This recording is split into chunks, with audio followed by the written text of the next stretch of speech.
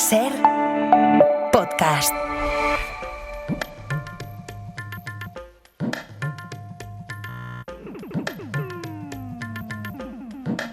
En la cadena Ser, Punto de Fuga. Con Pablo Morán. Hola a todos, bienvenidos a Punto de Fuga. Están a punto de cumplirse 5 años del regreso del poder de los talibanes en Afganistán. Fue el regreso que representó un sonoro fracaso de la comunidad internacional que había prometido libertad a los afganos, especialmente libertad para las mujeres que hoy vuelven a tener que lidiar con el fanatismo que dirige la vida de ese país. A pesar de ello, Bruselas ha abierto la puerta a ese régimen. Ha recibido recientemente a una delegación de los talibanes para intentar agilizar con ellos la repatriación de afganos en territorio comunitario. Repatriaciones a pesar de las gravísimas violaciones de derechos humanos que se vuelven a denunciar allí, que denuncian precisamente mujeres, a pesar del riesgo que corren. In Afghanistan, this is the worst time to be a woman. En Afganistán los animales pueden respirar aire fresco, pero las mujeres no tienen permitido salir solas a la calle. Afghanistan under the Taliban rule is not a safe environment. Mujeres como estas con las que ha hablado Sara Aranda, que os va a acompañar en el capítulo de hoy.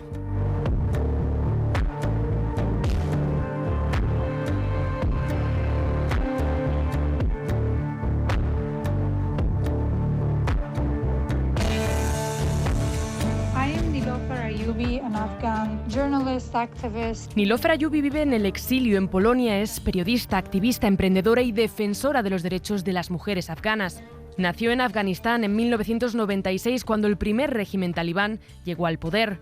Hemos hablado con ella y nos cuenta que uno de sus recuerdos más antiguos es una bofetada. Recuerdo la bofetada que me dio un talibán en toda la cara cuando estaba jugando fuera con otros niños. Me pegó porque no llevaba pañuelo y tenía el pelo largo. No sé si tenía 3 o 4 años. Esa experiencia fue tan traumática para mí, supuso un punto de inflexión tan importante en mi vida que todavía la recuerdo con mucha claridad. El talibán me dijo, si te vuelvo a ver por la calle jugando sin pañuelo, me aseguraré de que tu padre pague las consecuencias. Eso significaba que lo azotarían en público, lo humillarían. A veces el castigo era incluso peor.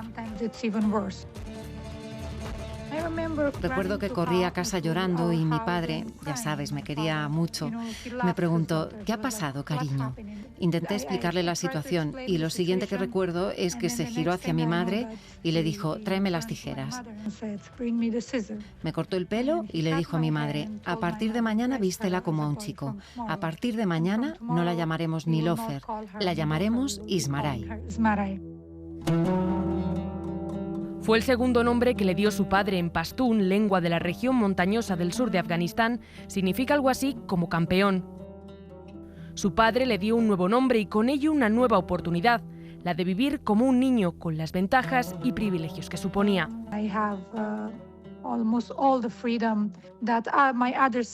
Tenía casi toda la libertad de la que disfrutaban mis otros hermanos, sobre todo la libertad que tenían mis hermanos varones. Por eso mi padre decidió vestirme como un niño, para que pudiera estudiar y llevar una vida normal bajo el régimen talibán. Daba igual la edad que tuvieras, como niño ya eras superior a tu propia madre.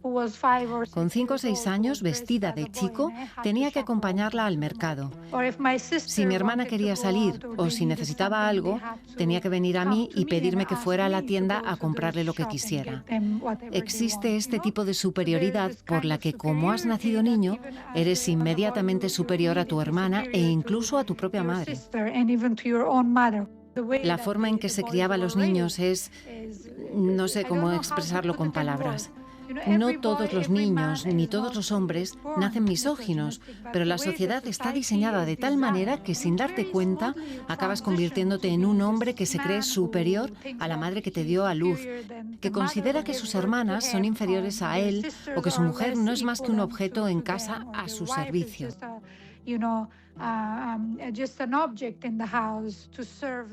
La historia de Nilofer no es muy distinta a la de otras mujeres a las que sus familias vistieron como niños, un fenómeno que se conoce como Baja Posh una práctica que permite a las niñas moverse, estudiar o sostener a sus familias en una sociedad donde ser leída como varón abre puertas. La práctica existe desde antes, pero con la llegada de los talibanes adquirió un sentido aún más extremo. Cuando cumplió 13 años, Nilofer tuvo que volver a ser una niña.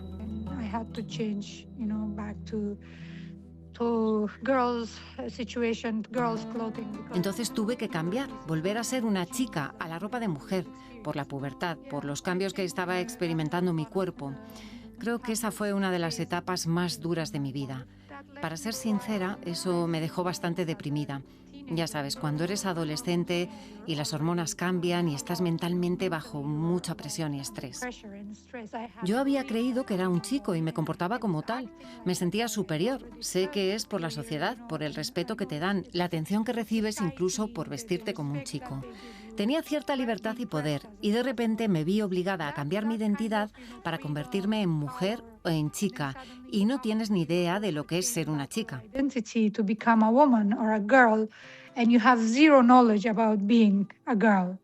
Pese a ello, consiguió adaptarse, estudiar, trabajar. Lo que nunca se imaginó es que todo se truncaría con el regreso de los talibanes.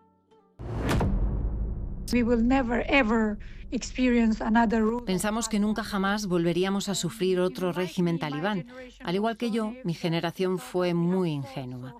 Pensamos que habíamos luchado tan duro durante esos últimos 20 años que habíamos llegado a un punto en el que la sociedad ya no volvería a aceptar que este grupo misógino volviera a gobernarla. Aquellas 2 décadas de transformación real, pero frágiles, cayeron rápidamente con la retirada de las fuerzas internacionales. Los talibanes regresaron al poder porque se les entregó el poder en Doha, en las negociaciones de paz, ¿no? Básicamente lo que se hizo allí fue reconocerles como los interlocutores legítimos y se escenificó un proceso de paz acelerado, con el único objetivo de retirar las tropas en una determinada fecha que solo servía a los intereses de Estados Unidos y de las promesas electorales que hicieron tanto Donald Trump como Joe Biden. After 20 years, there was never a good time to withdraw US forces. Se acabó convirtiendo en un proyecto maximalista de implantación de una democracia en un país que llevaba décadas, ¿no?, de conflicto. Ana Ballesteros Peiró, profesora de Relaciones Internacionales en la Universidad Complutense de Madrid e investigadora senior no residente del Real Instituto Elcano, cuenta que Estados Unidos llevaba tiempo buscando una salida. Había intervenido en Afganistán en 2001, tras los atentados del 11 de septiembre, para golpear a Al-Qaeda y derribar al régimen talibán. Pero aquella operación terminó convertida en una guerra larguísima, costosa y cada vez más difícil de sostener. Durante esos 20 años hubo avances reales, escuelas, universidades, mujeres trabajando, una sociedad civil más visible. Pero la guerra nunca terminó. El Estado afgano dependía del apoyo exterior y los talibanes siguieron activos. La violencia no acaba, ¿no?, con la llegada de las tropas internacionales en 2001. Las mujeres afganas pasan de un sistema completamente opresor a otro sistema que de alguna forma sí que promueve ciertos derechos, pero al final tenemos que tener en cuenta que buena parte de la sociedad afgana ve que estos derechos y que estos cambios vienen de la mano de los soldados, vienen de la mano de los extranjeros. No acaban teniendo agencia sobre sus propios cambios, no acaban viendo eso como algo que ellos mismos ejecutan. Cuando las tropas internacionales se retiraron, el sistema que habían construido se vino abajo mucho más rápido de lo previsto. Una vez retiradas las tropas internacionales, primero lo que hacen es atacar a los afganos que han, a sus ojos, colaborado con las fuerzas extranjeras, y después a volver a implementar toda la ideología ya no patriarcal, sino yo diría misógina, contra las mujeres afganas.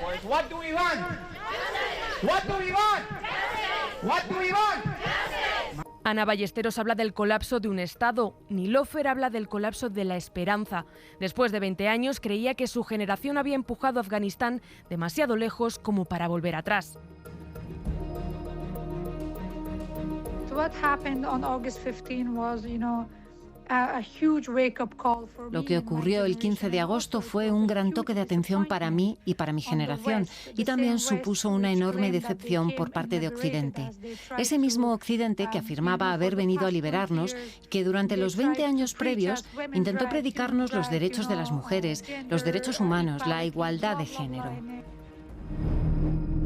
Llegó el 15 de agosto y recuerdo que huyeron en plena noche. Nos abandonaron a merced de esos grupos terroristas que odian a las mujeres.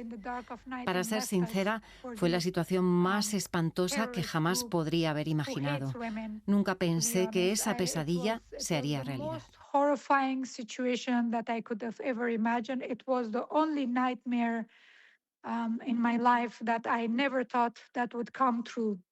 Ella consiguió huir, pero miles de mujeres viven hoy supeditadas a unas normas estrictas que las han borrado de la vida pública. No tienen libertad de movimiento, no tienen libertad de expresión, no tienen derecho a la educación.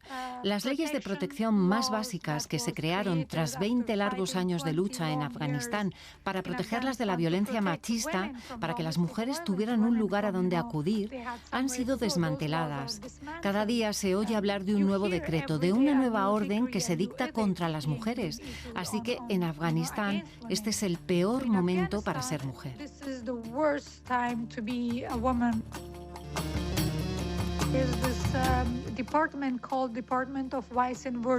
Hay un departamento llamado Ministerio para la Propagación de la Virtud y la Prevención del Vicio, y allí están destinados unos clérigos religiosos que llevan batas blancas, las mismas batas blancas que se utilizan para salvar vidas. Lo han convertido en una pesadilla. Salen a la calle y vigilan a las mujeres. Aunque estén completamente cubiertas, como están fuera, en el mercado simplemente las detienen, las suben a unos camiones y luego las llevan a la cárcel. Se obliga a las familias a pagar una fianza para liberarlas. Es una especie de lección, una advertencia para la familia y para la mujer, para que nunca jamás salgan de casa. Es la peor forma de sembrar el miedo y crear una atmósfera horrible y aterradora, hasta el punto de que ahora incluso ellas tienen miedo de salir a la calle.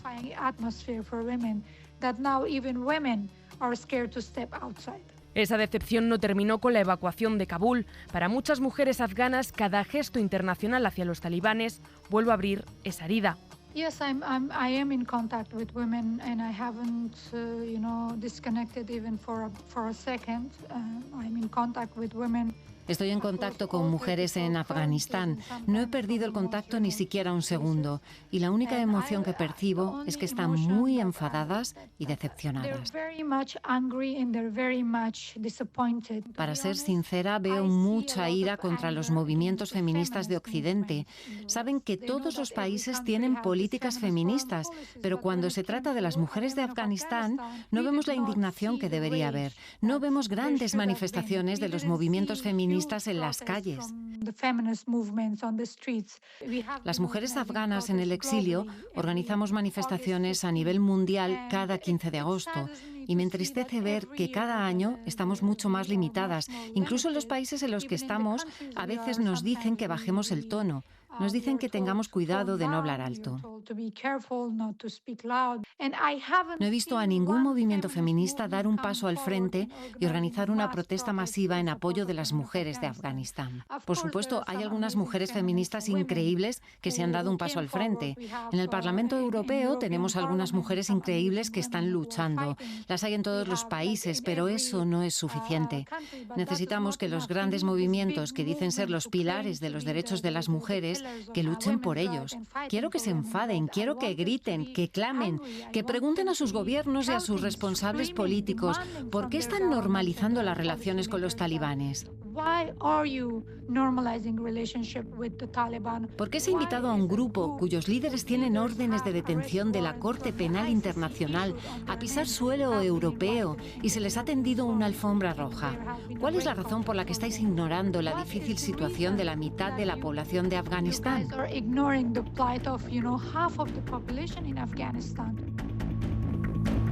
La pregunta de Nilofer nos lleva a Bruselas, donde el 23 de junio una delegación talibán se reunió en la capital comunitaria con representantes europeos.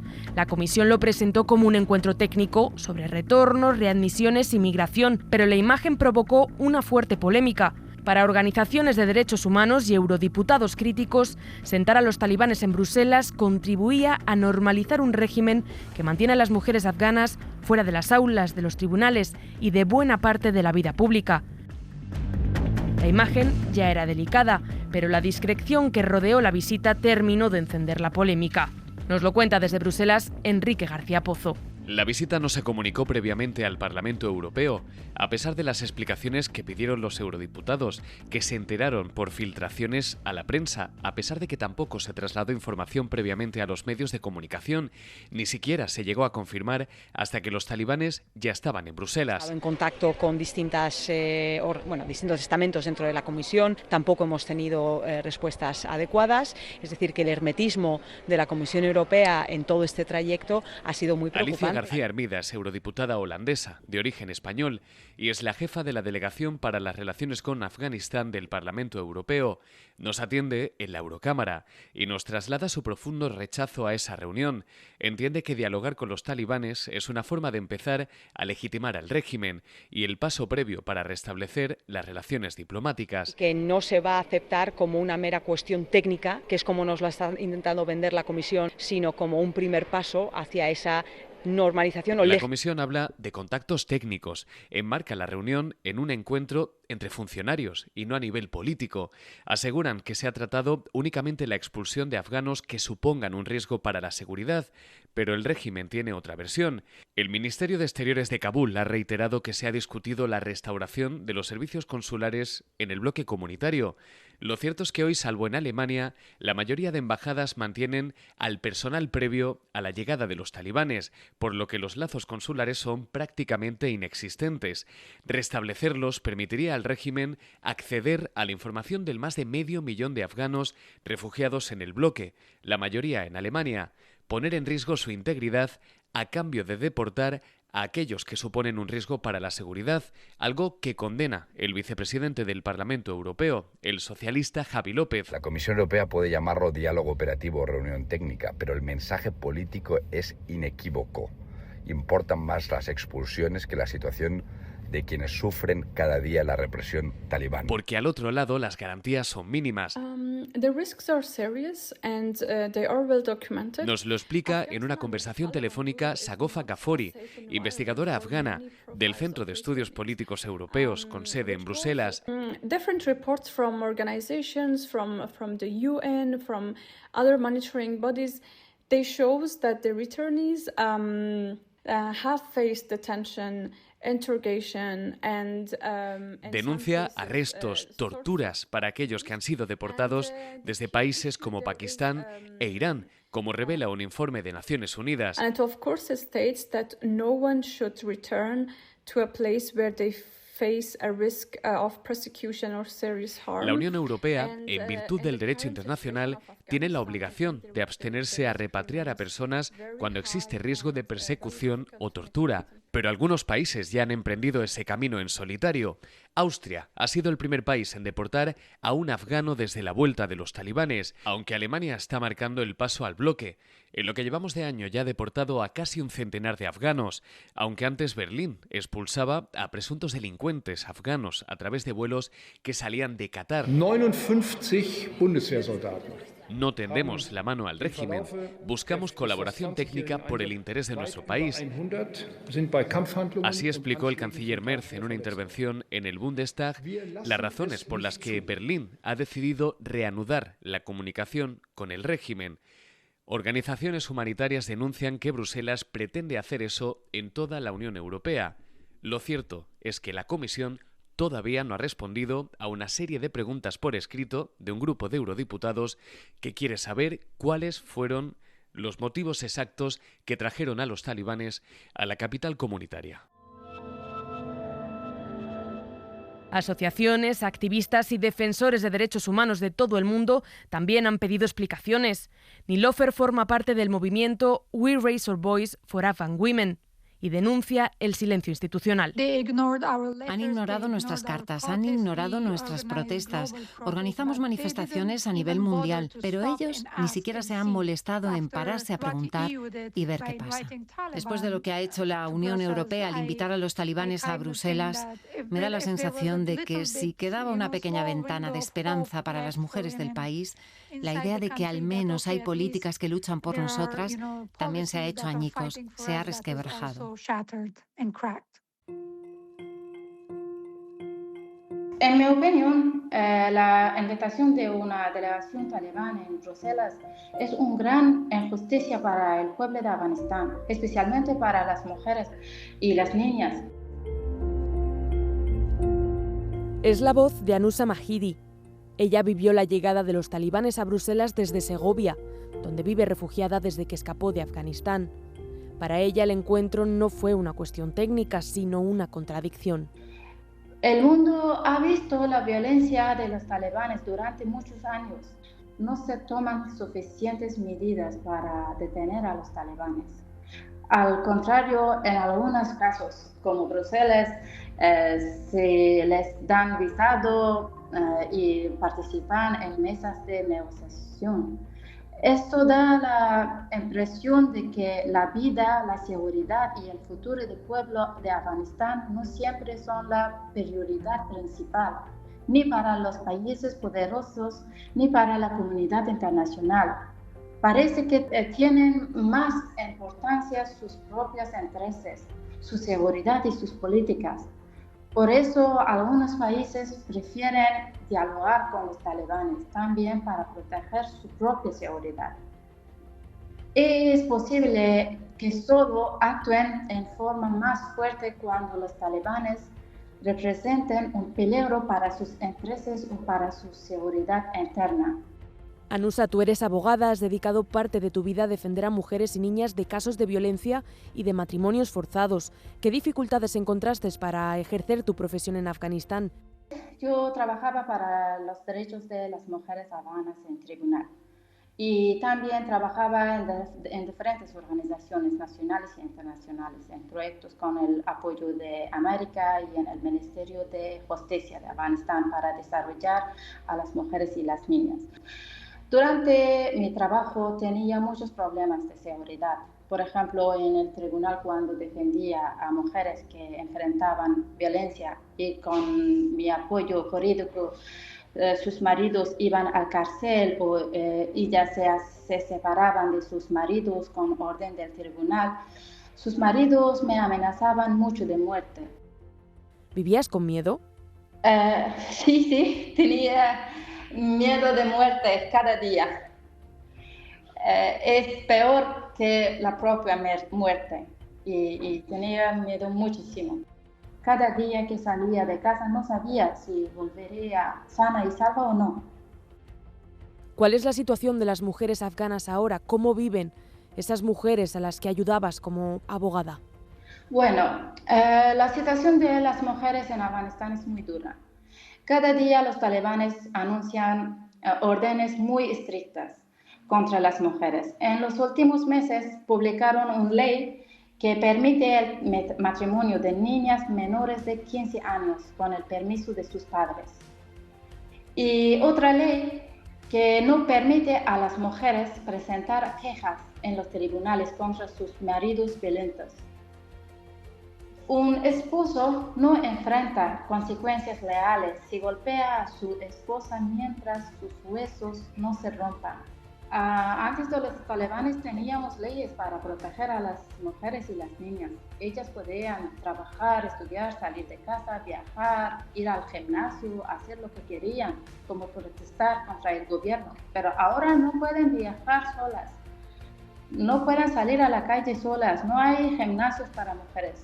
Las peluquerías no pueden trabajar y las mujeres no pueden maquillarse, no hay ninguna abogada. Solo hay hombres en todas las instituciones gubernamentales. En Afganistán los animales pueden respirar aire fresco, pero las mujeres no tienen permitido salir solas a la calle. Es un apartheid de género. Anusa, ¿crees que algún día podrás volver a Afganistán? Después de los talibanes. Sí. Ojalá que un día se pase este pesadillo. Anusa Mahidi, gracias por estar con nosotros en Punto de Fuga. Muchas gracias a vosotros.